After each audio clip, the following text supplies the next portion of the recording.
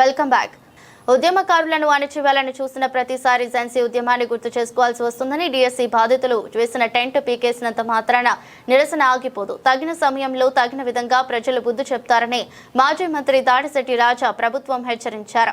కాకినాడ జిల్లా తొండంగి మండలంలో డీఎస్సీ బాధితులకు నిరసనగా ఏర్పాటు చేసిన టెంట్ ను పోలీసులు తొలగించడంతో అక్కడకు చేరుకున్న మాజీ మంత్రి దాడిశెట్టి రాజా ప్రభుత్వంపై తీవ్రస్థాయిలో ధ్వజమెత్తారు. ప్రజాపాలన పేరుతో ప్రభుత్వం చేస్తున్న దుర్మార్గాన్ని బొందపెడతామని ఘాటు వ్యాఖ్యలు చేశారు. ఎన్ని ఆటంకాలు సృష్టించినా డీఎస్సీ బాధితులకు అండగా ఉంటామని దాడిశెట్టి రాజా స్పష్టం చేశారు. ఇక పార్టీలో కొందరు కోవట్లుగా పనిచేస్తూ పార్టీకి నష్టం చేకూర్చారని ఆరోపించిన ఆయన వారికి తగిన బుద్ధి చెప్తామని హెచ్చరించారు. మన తాలూకాలో సుమారు 10 మంది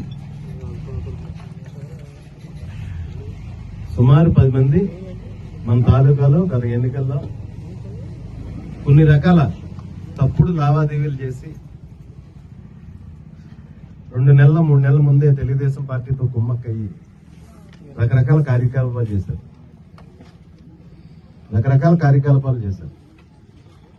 అందులో కొంతమంది 1999 అనుకుంటాను వాళ్ళ నాన్నకు సీట్ వచ్చినా సరే ఆయన గారు వాళ్ళ నాన్నకు చేయలేదు.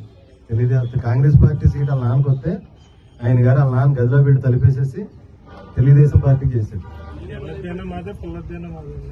సరే ఏదో ఎత్తలే కానీ చేస్తే పాపం ఆయన సీరియస్ గా కంటెస్ట్ చేస్తే ఆయనకి 40,000 50,000 ఓట్లు వచ్చును. అప్పుడు కాంగ్రెస్ ఇండిపెండెంట్ గా నిలబడ్డ ఆయన ఒక 20,000తో నెక్కులు. కానీ వీళ్ళు చేసిన సొంత తండ్రికి వెళ్ళకూడసిన ఎన్నిపోటు వల్ల అతను ఓడిపోయాడు. ఆ షాప్ తో చచ్చిపోయాడు.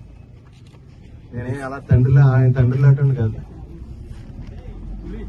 ఈ 10 మందితోనే చెప్తున్నాను నేను. తోలు లాగేస్తాను. ఏదో అనుకుంటున్నారు ఇవాళ ఉన్నట్టు ఉండదు. తోళ్ళు లాగేస్తాను. వెళ్ళిపోవాలంటే గతంలో 3 నెలల ముందునే మీరు టీడీపీకి చేసి పెట్టారు. ఇప్పుడు టీడీపీకి చేస్తున్నారు. ఈ మండలంలో కార్యకర్తలందరినీ కూడా ఎవరు యాక్టివ్ ఉంటే వాళ్ళ పోలీసులతో ఇబ్బందులు పెడుతున్నారు. మీరు అవన్నీ గమనించే నేను మిమ్మల్ని దూరంగా పెట్టాను. అవన్నీ గమనించే టీడీపీకి రాజకీయం చేసేది మీరే. అందరూ అనుకుంటున్నారు టీడీపీకి రామకృష్ణ గారు అన్నయ్య గారు అబ్బాయి అన్నాడు అతను చేస్తున్నాడు రాజకీయం.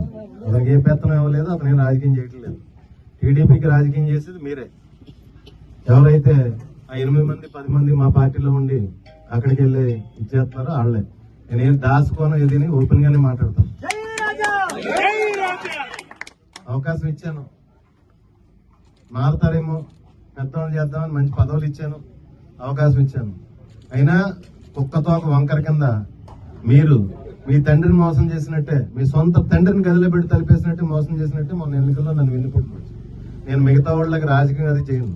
తప్పుడు పనులు చేస్తే పక్కన పెట్టేస్తాను. ఇంకొక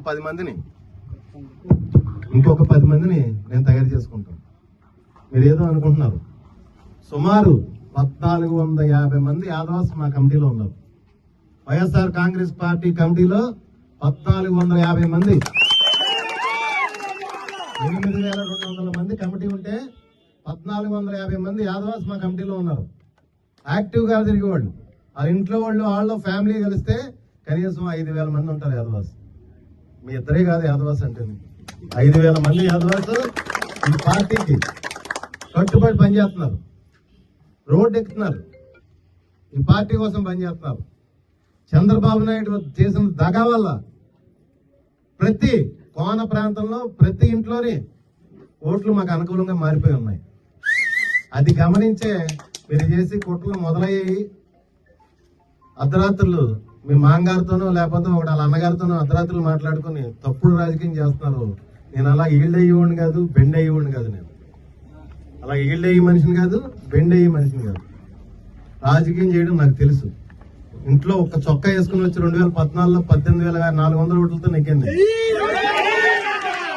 2019లో 24,000 ఓట్లతో మెజార్టీతో నెగ్గాను.